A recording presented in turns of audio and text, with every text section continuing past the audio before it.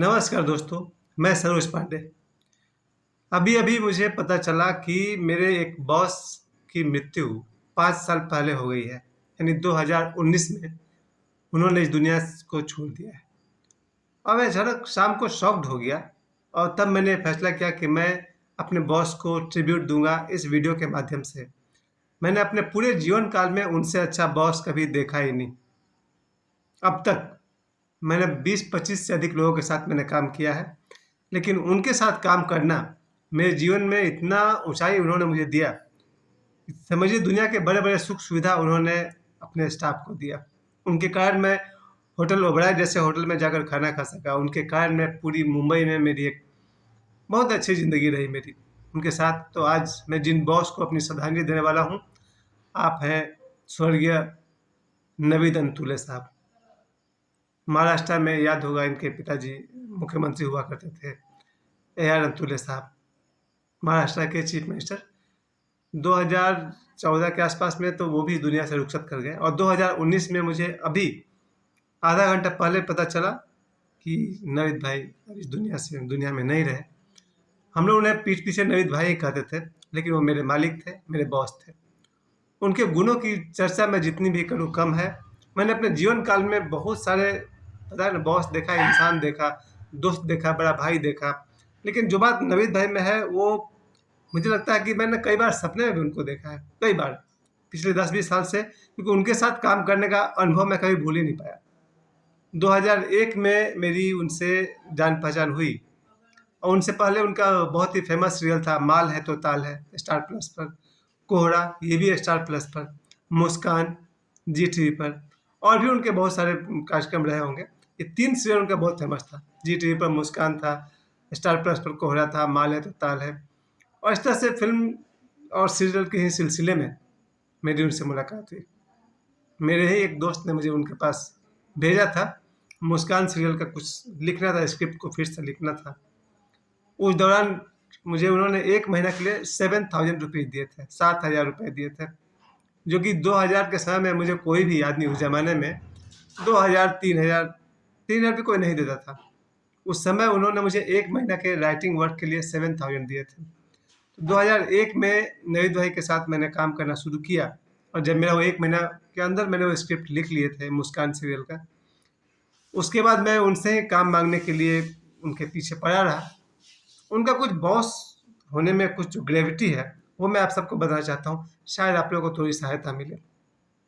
पहली बात कि मैंने उनको पूरे 2 साल 2001-2002 मैं उनके साथ रहा, थोड़ा-सा 2000 भी, यानी 3 साल का टच रहा मेरे लाइफ में। 2000 के दिसंबर में, 2001 और 2002 इन 3 साल तक नवीद भाई के साथ रह कर के मैंने जो देखा, बॉस कैसा होता है, कैसा होना चाहिए, वो मुझे दिखाई पड़ गया था।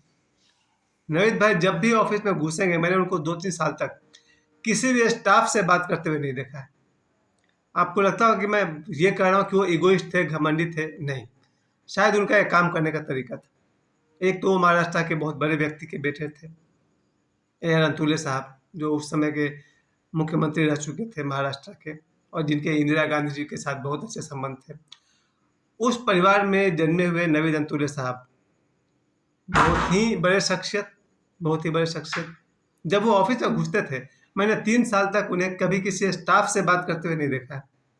वो सीधे अपने मैनेजर से बात करते थे और मैनेजर के अलावा एक और थे, उनसे बात करते थे। यानी अपने ऑफिस के गिने-चुने 2-3 लोगों से वो बात करते थे। बाकी जो भी 10-12 स्टाफ थे, 25-50 स्टाफ थे, उनसे जल्दी वो बात नहीं करते थे। ये एक बॉस बनने का खास चीज़ गुण है कि बॉस को अपने मैनेजर से मतलब रखना चाहिए, बाकी मैनेजर समझे। हर जगह बॉस ही बात करेंगे, तो फिर वो बॉस किस बात के। और मुझे ये बात बहुत अच्छा लगा। जीवन में कभी मुझे अगर मौका मिला, तो मैं थोड़ा-सा नवीद भाई की कॉपी करूँगा कि बॉस को बॉस वाली गंभीरता भी बनाए रखनी चाहिए। दूसरी बात जो मैंने देखा है कि जब उनके मैं ऑफ़िस में था Afnan arts production, Afnan arts में काम करते हुए मैंने देखा है कि बड़े-बड़े फ़िल्म स्टार उनके पास आते थे। उस ज़माने में आसिफ़ शेख जो भाभी जी घर पे हैं के में वे थे, उनको मैंने देखा। विभूति विभूति नारायण मिश्रा का जो रोल किए हैं। आसिफ़ शेख साहब थे, विवेक मुस्कान थे और भी बहुत सारे बड़े-बड़े एक्टर्स, बड़ी-बड़ी एक्ट्रेसेस उनके ऑफ़िस में आया करती थीं। यहाँ तक कि पाकिस्तान से रेशमा सिंह जी का भी एक प्रोग्राम होने वाला था, जिन्होंने हीरो में गाना गाया था। और समझिए बड़े-बड़े स्टार्स उनके ऑफ़िस में आया करते थे और मैं चूँकि उनके ऑफ़िस का स्टाफ था, उस ज़माने की मिस इंडिया नविदा भी आती थी। न जाने बहुत सारे बड़े-बड़े सेलिब्रिटीज़ से मुझे मिलने का मौका मिला। अदनान सामी के साथ एक प्रोग्राम भी होने वाला था। तो ये मेरे लिए ख़ास बात है कि मैंने मुंबई में जो भी मैंने 8-10 साल गुज़ारे, वो 3 साल मेरे जीवन के गोल्डन ईयर्स रहे। प्रतिदिन किसी न किसी बड़े स्टार के साथ मिलना-जुलना, बातचीत करना। उनके साथ मैंने 3-4 छोटे-छोटे, जिसको लोग वहाँ की भाषा में जब हम लोग कोई सीरियल लॉन्च करते हैं, तो बनाते हैं, वो हमने कुछ सीरियल से स्टार्ट किए थे। 2-3 सीरियल मैंने किया था। उनका डायरेक्शन मैंने देखा किस तरह से वो डायरेक्शन देते हैं। उनके काम करने का तरीका मुझे बहुत अच्छा लगा, क्योंकि वो एक दिन में एक ही सीन करते थे। उसका पूरी यूनिट का पैकअप, अपने-अपने पैसा लो, खाना खाओ, घर जाओ। बाकी जगहों में तो बहुत काम करना पड़ता है, पूरे 8 घंटा काम करिए, 12 घंटा काम करिए सीरियल्स में। लेकिन नवाज़ भाई के पास मैंने जहाँ तक हमने काम किया था, और बहुत ज़्यादा सीन नहीं करते थे। 1 सीन किया या 2 सीन किया, घर जाओ। उनके साथ 3 साल तक रहते-रहते मुझे कभी पैसों की कमी नहीं हुई। उनका सैलरी तो था, जो भी था उस ज़माने में 3,000 तक सैलरी मुझे मिलता था। और पैसे जब चाहिए तब एडवांस ले लीजिए। उनके जितने भी स्टाफ हैं सब मेरे अपने भाई-बहन की तरह थे। जब भी कोई पैसे की ज़रूरत हो, चाहे एडवांस हो, ले सकते थे।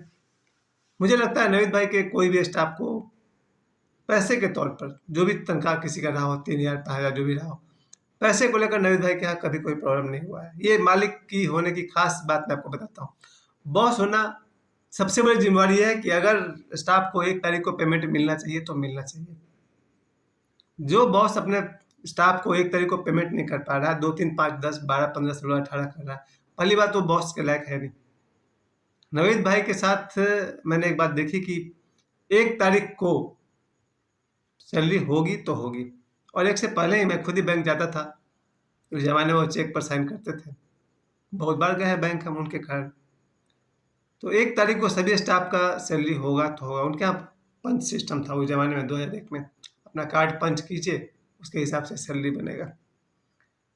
उनके स्वभाव के बारे में मैं कह सकता हूँ कि लगभग किसी भी आदमी को उन्होंने परेशान नहीं किया।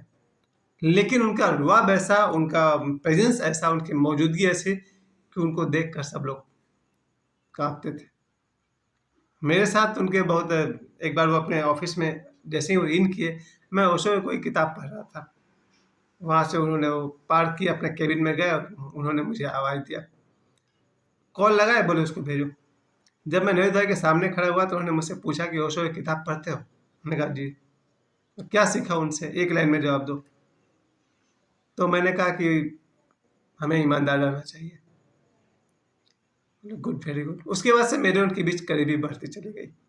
जब कभी शाम होता था उनके सारे स्टाफ चले जाएँ, प्यून चले जाए चलेगा, लेकिन मुझे फ़ोन करके कहते थे कि पांडे तुम रुकना। उस ज़माने में जब सब 6 बजे चले जाते थे, मैं 8 बजे तक, साढ़े 8 बजे तक, 9 बजे तक भी रुका रहता था अकेले।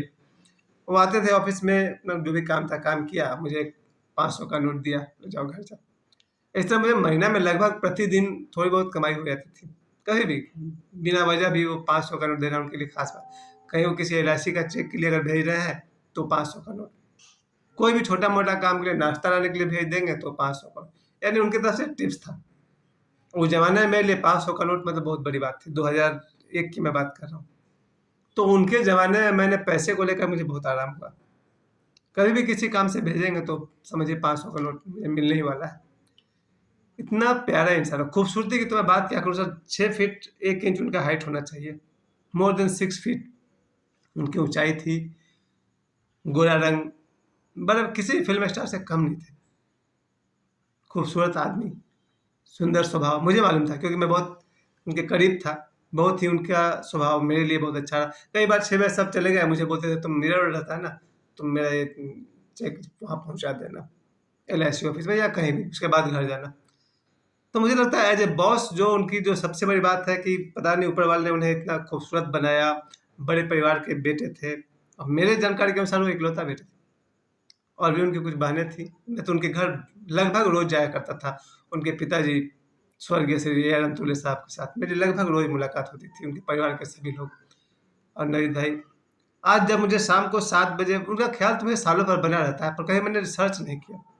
बीच में सर्च किया, उतना डीपली नहीं किया, लेकिन आज जब मैंने शाम को उनकी याद आई, मैंने सर्च किया, तो मैंने पढ़ा कि 2019 में हार्ट अटैक के कारण उनकी मृत्यु हो गई।